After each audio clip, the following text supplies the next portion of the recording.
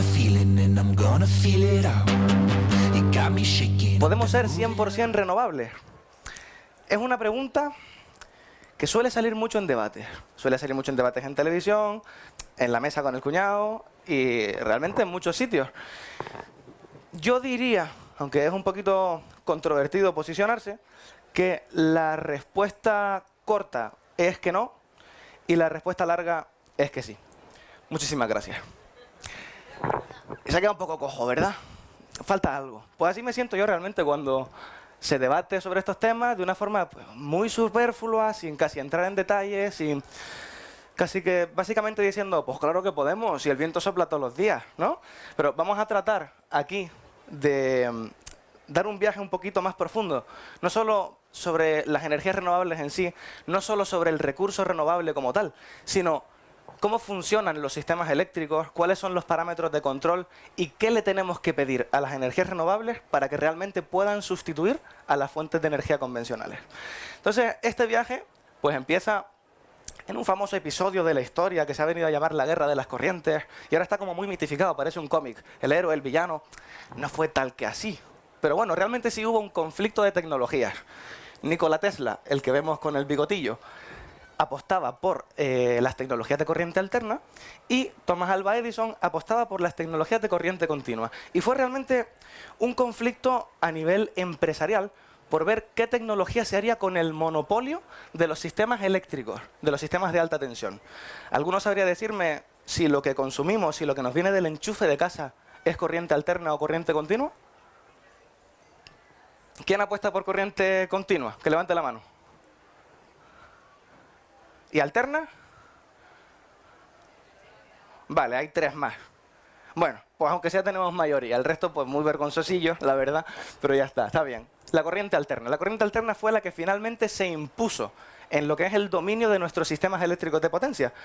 Tesla, en ese sentido, pues fue su mayor logro. En su carrera logró cambiar y definir las condiciones y los sistemas a partir de los cuales se desarrollarían todos los sistemas eléctricos hasta el día de hoy. La verdad es que no se le recuerda por eso. Pero bueno, ya llegando a la actualidad, vamos a hacer el viaje para el que hemos venido aquí. Vamos a hacer un viaje en el que recorremos el sistema eléctrico entero, desde los puntos de generación convencional. Llegamos a las redes de transporte de energía eléctrica en alta tensión, por las que vamos recorriendo las largas distancias desde donde se genera hasta donde finalmente se consume. Después de la alta tensión, los centros de consumo de altas potencias les llega también una alimentación de energía en media tensión, que viene desde aquí. Y luego nos acercamos a las ciudades en baja tensión para distribuir a nuestros hogares, que es el consumo, esa bombillita. Esto es el sistema eléctrico tradicional, tal cual se ha configurado.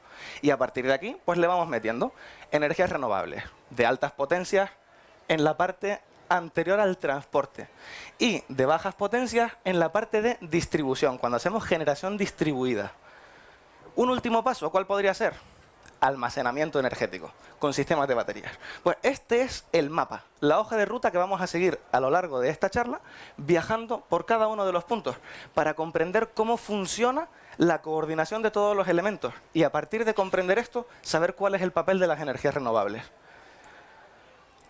El sistema eléctrico de potencia en sí, que básicamente es lo que hemos visto ahora a modo de resumen, como concepto, aglutina todos los elementos que componen un sistema eléctrico, todos.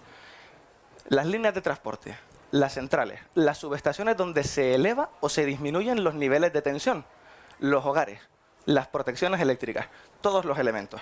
Y un sistema eléctrico de un país pues tiene una pinta tal que así, aunque aquí estamos representando fundamentalmente los puntos de generación, de consumo y las líneas de muy alta tensión, pues si no saldría aquí como un hormiguero.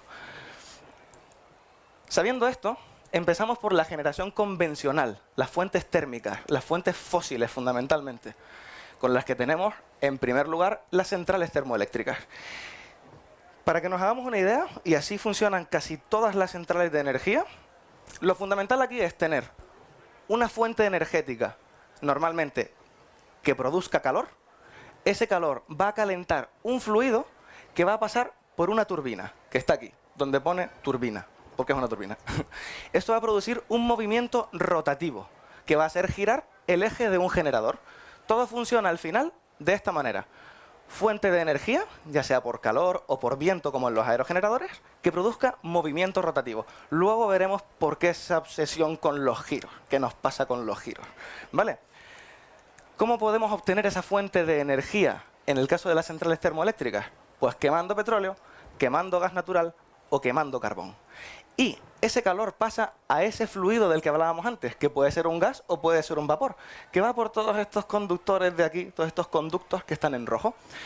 Cuando usamos turbinas de gas, pues son centrales de gas. Cuando usamos turbinas de vapor, pues son centrales de vapor.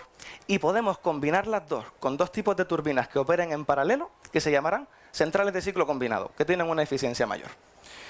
Hasta aquí vemos este tipo de central, que forma parte de nuestros sistemas energéticos. Y son los que fundamentalmente son los culpables de emitir tanto CO2 a nuestra atmósfera, a través de, donde pone, emisión de humo, de la chimenea. Las centrales nucleares son también un tipo de energía convencional, aunque no funcionan mediante la quema de combustibles fósiles. En este caso, si nos damos cuenta, de aquí hacia allá es todo casi que más o menos igual, salvo particularidades. La diferencia está en cómo producimos el calor. ¿Y cómo lo producimos? Pues nos cogemos uranio, que es un elemento muy pesado, lo bombardeamos con neutrones hasta que se rompa. Básicamente viene a ser así. Tenemos un proceso intermedio, que es que tenemos un isótopo del uranio un poquito menos estable, y para intentar buscar una mayor estabilidad se parte en dos, por eso son centrales de fisión, y al partirse desprende mucha energía y genera subproductos, que son esos dos isótopos y neutrones que bombardearán otros átomos de uranio. Con esta reacción en cadena se produce mucha energía calorífica. Y esa energía calorífica, como comentábamos antes, calienta un fluido, mueve una turbina, movimiento rotativo, chispas para la red. Muy bien. Ahora bien, ¿por qué esa obsesión con los movimientos rotativos? ¿Cómo funciona un generador eléctrico o un motor eléctrico, que al final es un generador puesto al revés? Un aerogenerador es como un ventilador dado la vuelta. Funciona en base a la ley de la inducción electromagnética de Faraday, según la cual, si nosotros tenemos un cable haciendo un circuito cerrado como el que vemos aquí, y pasamos un imán por dentro, el campo magnético que varía va a generar una corriente eléctrica en el cable. ¿Vale? Esto apúntenselo, es lo que vemos aquí. Realmente genera diferencias de potencial en cada una de las espiras del cable, y eso es una corriente eléctrica. Al final es lo mismo, lo que obtenemos es electricidad mediante mover un imán. Imán como los que tenemos en la nevera, no nos asustemos con esto de los campos magnéticos, que últimamente parece que nos pone nerviosos. Es un campo magnético como el campo de la Tierra, vamos. Al final, teniendo esto, si nosotros aplicamos este concepto, podemos ver aquí que si yo le meto electricidad a ese cable, esas bobinas que tenemos ahí van a tener un campo magnético asociado. Porque así como el campo magnético me genera electricidad, la electricidad tendrá un campo magnético. Esto es, pues, reversible, de un lado a otro. ¿Vale? Si yo tengo un campo magnético aquí, y aquí tengo un imán, el imán ¿qué va a hacer? Apunta al campo. Luego tengo otro aquí, apunta al siguiente. Después otro aquí. Y al final va a ir girando, porque tengo un campo magnético que va rotando y el imán lo persigue. Ahora bien, ¿cómo lo hacemos normalmente? Tenemos tres fases que se llaman, cada una con corriente eléctrica, cada una generando un campo magnético, pero desfasadas en el tiempo. Una va antes, otra va después, de tal forma que gira el rotor. Por eso buscamos siempre movimientos rotativos. Y por eso tenemos siempre los cables de las líneas de alta tensión agrupados de 3 en 3. No sé si se han dado cuenta, probablemente nadie sea tan friki como yo como para ir contándolos, pero cuando salgan de la ciudad la próxima vez y vean una línea de alta tensión, que es a lo que vamos ahora, verán que siempre van agrupados de 3 en 3. Van a tener 3 conductores, 6 conductores, etc. Son sistemas a 3 fases. Y si los cuentan, verán también que hay un cable arriba que rompe un poquito ese criterio. Ese cable es un pararrayos. A modo de curiosidad, las torres de alta tensión que son metálicas están conectadas a la Tierra, derivan a Tierra. Los cables, si se dan cuenta, los conductores de alta tensión nunca tocan la torre, siempre pasan por debajo. Ahora bien, el cable de arriba, si ustedes se fijan, es el cable de guarda y siempre toca la torre. Genera una especie de escudo protector contra los rayos, de tal forma que si va a caer un rayo en la línea, donde cae es al punto que está conectado con tierra. Deriva y no ocasiona ningún tipo de problema en la línea. Ya sabemos entonces por qué buscamos movimientos rotativos y por qué los cables se agrupan de 3 en 3. Ahora bien, las líneas de transporte de energía eléctrica. Ya hemos pasado de la generación al transporte. ¿Qué hay que tener en cuenta aquí? Que en ellas se producen pérdidas energéticas, porque estamos en sistemas reales. Las pérdidas energéticas pues son como, por ejemplo, cuando enciendes una bombilla en casa y al rato dices, está poco apretada, y la vas a apretar y te quemas la mano. Esas son pérdidas energéticas, porque tú lo que quieres de esa bombilla es que te dé luz, no que te queme un dedo. Y eso pasa, ¿por qué? Por las pérdidas por efectos térmicos, que se llama efecto Joule. Esto se da a gran escala en las líneas de transporte de energía eléctrica, y entre otras cosas, por eso se hace en alta tensión. También se producen pérdidas por efectos magnéticos, porque como hemos visto, los campos eléctricos y los campos magnéticos está uno relacionado con el otro. Y se da un efecto muy parecido en el campo magnético que hay alrededor. Se generan pérdidas de esta manera. Y luego la otra cosa que hay que tener en cuenta es que se ocasionan caídas de tensión. Yo tengo una diferencia de potencial entre dos puntos de la red. Y eso es lo que, para entenderlo, de igual manera que si estuviéramos en un sistema de tuberías y tú pones presión al principio para que el agua llegue hasta el final, tú aquí aplicas tensión al principio para que la energía eléctrica llegue hasta el final, con el nivel de tensión que necesitas. Si no estás controlando las caídas de tensión de forma adecuada, en tu carga no tendrás la energía como la necesitas. Y si se produce una perturbación en la red eléctrica de alguna manera, también se pueden ver afectadas las tensiones. Entonces, digamos que estamos viendo una especie de repaso muy rápido de cuáles son los conceptos con los que funcionan los sistemas eléctricos y cuáles son los conceptos que si las energías renovables dicen, me independizo, tienen ellas que también tenerlo en cuenta. Igual que cuando te independizas tienes que tener en cuenta que pagas el alquiler, la luz y el internet todos los meses. Pues vamos a tenerlo en cuenta. Seguimos. Estamos en alta tensión y queremos bajar a media y baja tensión para llegar a los consumidores. ¿Cómo lo hacemos? En estas cositas tan lindas de aquí, que son subestaciones, ¿vale? Aquí tenemos pues mucha paramenta, mucha cosa fea, pero la parte importante de aquí son los transformadores, que funcionan igual que los generadores y motores que vimos antes, solo que quietos. Llega corriente eléctrica a la espira. ¿Qué pasa con la corriente eléctrica? ¿Qué genera? Campo magnético. Va a generar un campo magnético aquí, y ese campo va a afectar a la otra espira. ¿Qué va a pasar con ese campo magnético en la otra espira? Que va a inducir una tensión y que va a generar una corriente eléctrica. Pero Rubén, ¿para qué metes corriente para luego sacar corriente? ¿Por qué? Porque yo aquí tengo más espiras que en el otro lado. Entonces, si el campo magnético me genera una unidad de tensión por cada espira, yo tengo muchas espiras aquí, pero me generará una unidad de tensión por cada espira del secundario. Por tanto, si en el secundario tengo menos espiras, tendré menos tensión. Bajo de alta tensión a media tensión en este caso. Y entramos ya, esto es un transformador, esto sí que es bonito. Y entramos ya en lo que es la red de distribución en media tensión, que son torres iguales, pero más chiquitillas, ¿vale? En media tensión, digamos que esto funciona como las vías del tren o como las líneas de guaguas, de buses, que esto es que tú tienes las líneas principales, pum, pum, pum, pum, con los demás frecuencias, que te recorren las largas distancias, lo que es más difícil de transportar. Una vez te acercas a los puntos de consumo, pasas a media tensión, que son como las ramificaciones de las líneas de buses de las ciudades, y llegas en media tensión a las cercanías de las ciudades.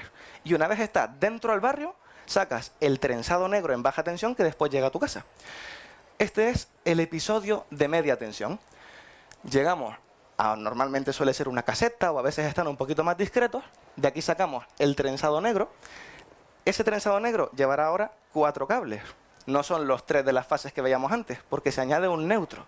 A nuestros enchufes llega fase y neutro. Pues aquí tendremos 3 fases y un neutro, que van por la calle y ven una casa, ¡pup!, meto fase neutro. Sigo, ¡pup!, meto fase neutro. Pero tengo 3 fases. Y llegamos a los consumos, que son nuestras ciudades, que son nuestras fábricas. Básicamente hemos recorrido lo que hablamos al principio, que eran los componentes esenciales de los sistemas eléctricos tradicionales. Teniendo en cuenta esto, vamos a fijarnos en el último punto y el primer punto. Los consumos y la generación. Esto funciona como una balanza, en la cual para mantener la frecuencia siempre tengo que estar consumiendo la misma energía que genero. En cada momento, si enchufas la lavadora, te doy un poquito más de potencia. ¿Por qué?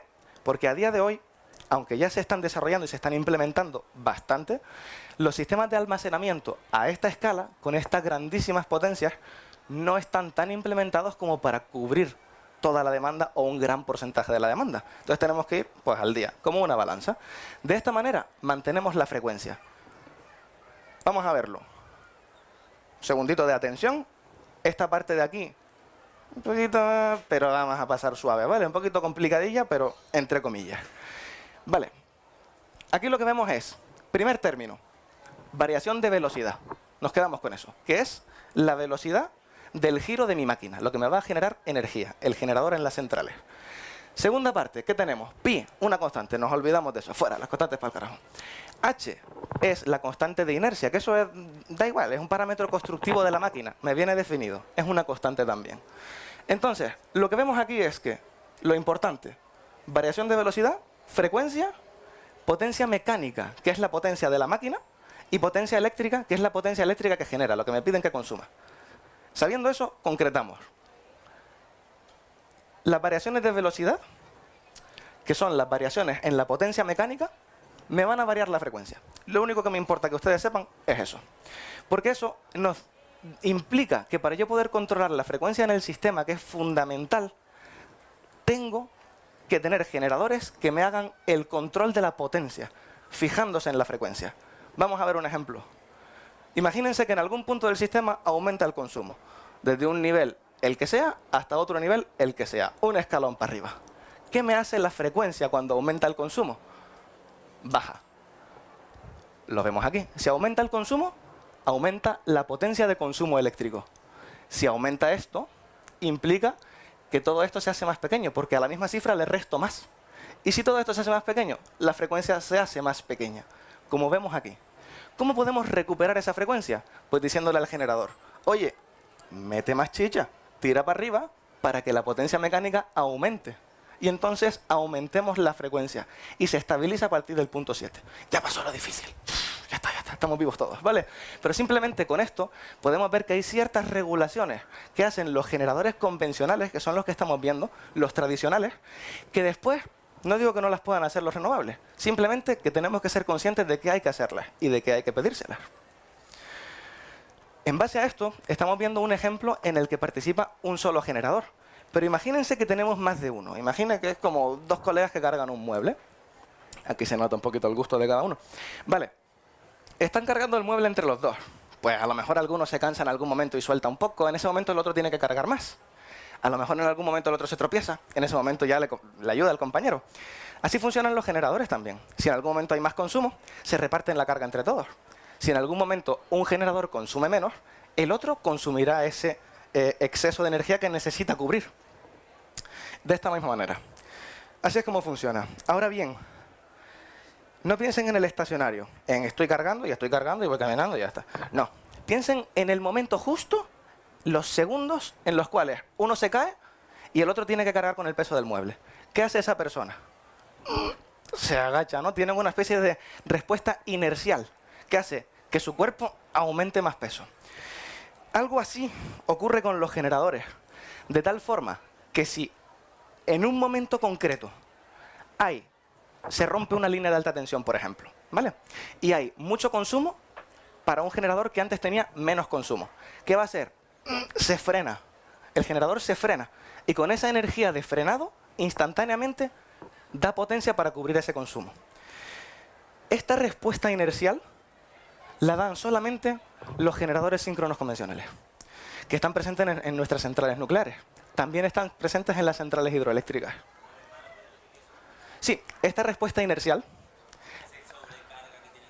exacto, la dan los generadores convencionales, los generadores que están en las centrales eléctricas, en las centrales térmicas que veíamos antes. ¿Por qué?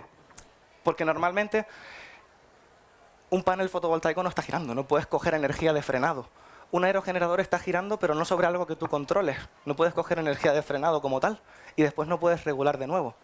No puedes. Después vamos a ver, porque hay maneras de salvar estos escollos, ¿vale? Pero hay que tener en cuenta este tipo de fenómenos que se dan en el sistema. Entonces tenemos reparto en el control de la frecuencia, es decir, los dos vamos cargando el mueble en el estacionario, y respuesta inercial coordinada. Ese frenado nos lo repartimos entre los que estamos operativos también, ¿vale? Y por último, y ya no les como más el tarro con estas historias, otra cosa muy importante es el control de tensión. Lo que veíamos antes, es muy importante mantener los niveles de tensión en el sistema eléctrico. Si hay alguna perturbación y hay una caída de tensión, debe haber control de tensión que la restaure, para que llegue el nivel de tensión adecuado a los puntos de consumo. Esto es algo que también deben cubrir los generadores eléctricos, aportando o consumiendo una cosa que se llama potencia reactiva, que es la asociada a los campos magnéticos. La potencia activa es la que decimos que se asocia a trabajo útil, enciendo la luz. La potencia reactiva a los campos magnéticos. Genero un campo magnético a partir de corriente, por ejemplo. Así regulamos la tensión, digamos, ¿vale? Bien. Ahora bien, habiendo visto todas estas historias, algunos de los parámetros de control que se deben tener en cuenta en los sistemas eléctricos, que ya vemos que son más complejos de lo que a priori pensamos. Vamos a ver las energías renovables. Tenemos muchas fuentes de energías renovables. Energía solar fotovoltaica, que es la que utiliza la luz del sol para generar energía. Energía eólica, que de nuevo aquí vemos movimientos rotativos porque dentro tienen un generador también rotativo. Los solares térmicos, solares termoeléctricos, que aquí dentro aprovechan de igual manera que una central térmica aprovecha la energía térmica de la quema de combustibles, aquí aprovechamos la energía del calor del sol que tanto está pegando ahí fuera. Y esa energía la concentramos en lo alto de una torre para hacer lo mismo que antes. Calentamos un fluido, movemos una turbina, generamos electricidad. Aquí tenemos también otros sistemas. En el ámbito marino, aunque no estén tan desarrollados, energía undimotriz, que va con la variación de altura que ocasionan las olas y las mareas. Energía mareomotriz, por ejemplo, con las corrientes. Hay muchas, geotermia, algunas más desarrolladas que otras. Lo que está claro es que de todas ellas, la más impuesta, la más evolucionada, la que tiene más madurez, es la energía eólica. Y ha vivido una evolución tremenda desde que irrumpió en el mercado por allá por los años 70 hasta la actualidad. Entonces vamos a utilizarla como ejemplo para ver cómo ha evolucionado el criterio según el cual tenemos generación renovable. ¿Cómo voy de tiempo? En un comienzo teníamos el sistema que vimos antes. Generadores convencionales, contaminamos, consumimos, todo perfecto. Bueno, vamos a intentar a ver si podemos aprovechar la energía renovable, que hoy dicen que es gratis, dicen que es limpia. Vale, perfecto. Pues ¿cómo lo hacemos? Pues si vamos a generar un sistema nuevo de generación, vamos a tratar de captar la máxima potencia, porque es gratis y porque lo máximo que captemos será todo aquello que podemos eliminar de convencional. ¿Vale?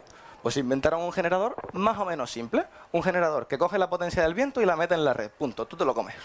¿Por qué se lo podían permitir? Porque eran muy pocos generadores respecto de la potencia total de la red.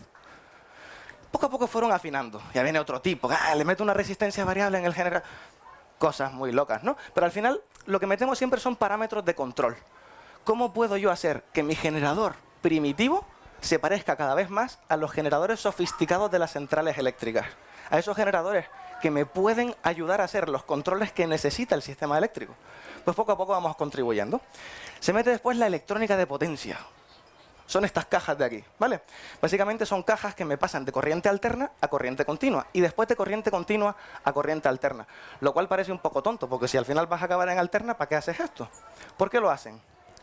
Vamos a verlo con el último tipo, que ya es que toda la energía que generan te la convierten y después te la vuelven a convertir, no solamente la mitad. Esto lo hacen porque de esta manera yo cojo la energía del viento y después yo tengo una onda de tensión como la que veíamos antes y una onda de intensidad como la que veíamos antes, que me viene definida por el viento. Ahora bien, si yo la paso a corriente continua y después en base a esa corriente continua me invento una corriente alterna en la segunda cajita negra, esa corriente que yo me invento, la voy construyendo como a mí me convenga, entre comillas. De tal forma que mi sistema eléctrico, a partir de este momento, va a ver una caja negra que me genera una onda pero no está viendo el aerogenerador como tal, no está viendo el viento como tal, está viendo la onda que ese aerogenerador le da. Por tanto, aquella inercia sintética que hablábamos al principio, por ejemplo, perdón, aquella respuesta inercial, el frenado que daban los generadores de las centrales convencionales, ahora podemos imitar ese frenado en la forma en la que construimos la onda. No que se frene físicamente el material, no es una inercia como tal, sino una especie de emulación de la inercia, de tal forma que el sistema eléctrico diga, pues me sirve, me da lo mismo más o menos. ¿Vale? Podemos también hacer una especie de control potencia-frecuencia, que es aquello que veíamos de que con la potencia del generador controlamos la frecuencia de la red.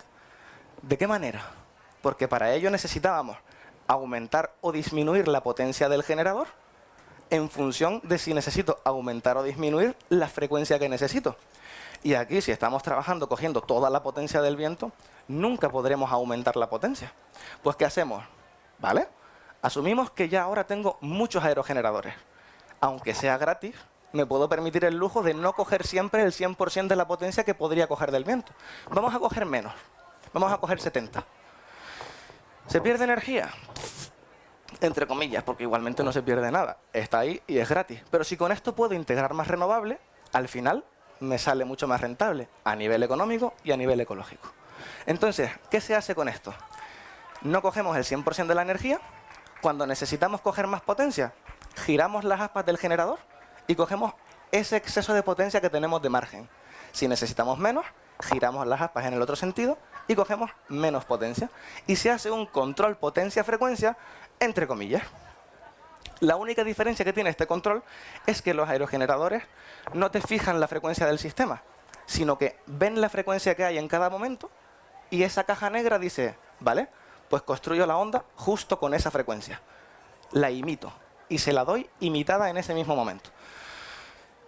Vemos que pasito a pasito, con la evolución, todos estos pasos que estamos hablando son décadas de desarrollo tecnológico, décadas de investigación, décadas de detectar retos y proponer soluciones y validar las soluciones e implementarlas. Pero bueno, cada pasito va direccionado a que esos generadores digan, ¿qué es lo que haces tú, viejito convencional? Ah, voy a intentar imitarte. Y a lo mejor si te imito algún día te puedo sustituir. Muy amistosamente, ¿no? Aprender de los mayores. Vale, en base a esto, no conviene perder de vista que el principal problema, el principal inconveniente de las energías renovables es que el recurso varía. Y es que eso es inevitable. A veces al sol, a veces no hay sol. A veces sopla el viento, a veces no. A veces hay olas y a veces no. Sin embargo, lo que hemos visto es que tradicionalmente los sistemas eléctricos desde la época de Tesla funcionan de tal forma que el consumidor me pide energía, te la doy al momento. Que ya no quieres más, te la quito al momento. Pero siempre está el generador condicionado al consumidor. Con las renovables ya esto casi que se comportan como si fueran consumidores. Generan y no generan cuando ellos quieren. Igual que los consumidores. Consumen y no consumen cuando ellos quieren. Y al final esto todo es un caos. ¿De qué manera podemos hacer que esa energía sea cada vez más gestionable? Porque si podemos controlar los otros aspectos, únicamente nos queda este punto concreto para ya poder decir, vale, tenemos unas renovables maduras. Te puedes independizar en la medida de lo posible, aunque te llame cada fin de semana. ¿Vale? Bien, reto, recurso no controlable. Propuesta. Pues se están considerando dos propuestas principales, aunque hay muchas, ¿vale? Por un lado, almacenamiento energético. Para poder gestionar la energía, si yo almaceno lo que genero, ya la tengo almacenada y la uso cuando sea. Básicamente es aplicar los criterios convencionales a las energías variables renovables. Ahora hablamos un poquito más de esto. Pero otra muy importante y que cada vez está más de moda es el control activo de la demanda. ¿Esto qué es lo que es? Pues esto significa básicamente que, así como el consumidor consume cuando quiere y la generación se lo da, si en este caso la generación genera cuando quiere, voy a poner unos consumidores concretos que consuman cuando la generación está dando. Es decir, yo sé que los puntos de más radiación solar son entre tal hora y tal hora del día, ¿vale? Todas las centrales desaladoras, por ejemplo, desalinizan agua entre tal hora y tal hora del día. De formas más o menos rudimentarias, pero ese es el concepto. Coger puntos concretos de consumo y adaptarlo a mi generación. Así no pierdo energía renovable y así estoy evitando generar con otros tipos de energía. Otro caso, por ejemplo, del que se habla mucho.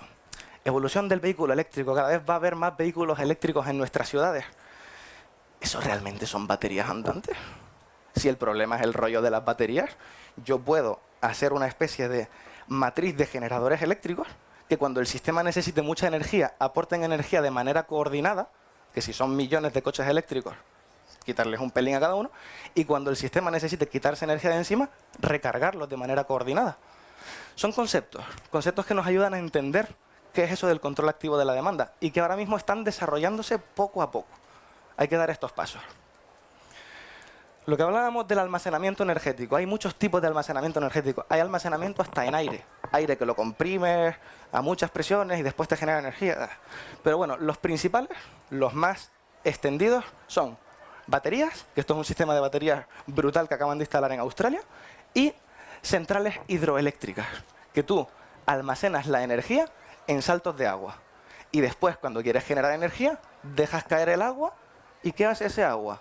Pasa por una turbina que gira y hace girar un generador y al final movimiento giratorio como siempre, ¿vale? Pero estás almacenándola en saltos de agua. Hay una cosa que comentar y es que las centrales hidroeléctricas tenemos la suerte de que son una renovable que sí que contribuye mucho a todos los controles que decíamos antes, porque tienen el mismo generador exacto que una central térmica normal, ¿vale? Entonces, esta sí puede hacer esos controles sin las limitaciones de las otras centrales renovables, ¿vale? Entonces, más o menos, vamos a recopilar, porque estos son muchas historias. Tenemos el sistema eléctrico. Convencional, con algo de renovable, pues estamos más o menos en este punto. La renovable cada vez va pudiendo hacer más tareas de control, cada vez va pudiendo asumir más cosas que antes asumía la energía convencional. ¿Lo puede asumir todo? Todavía no. Todavía hay muchos puntos en los que trabajar.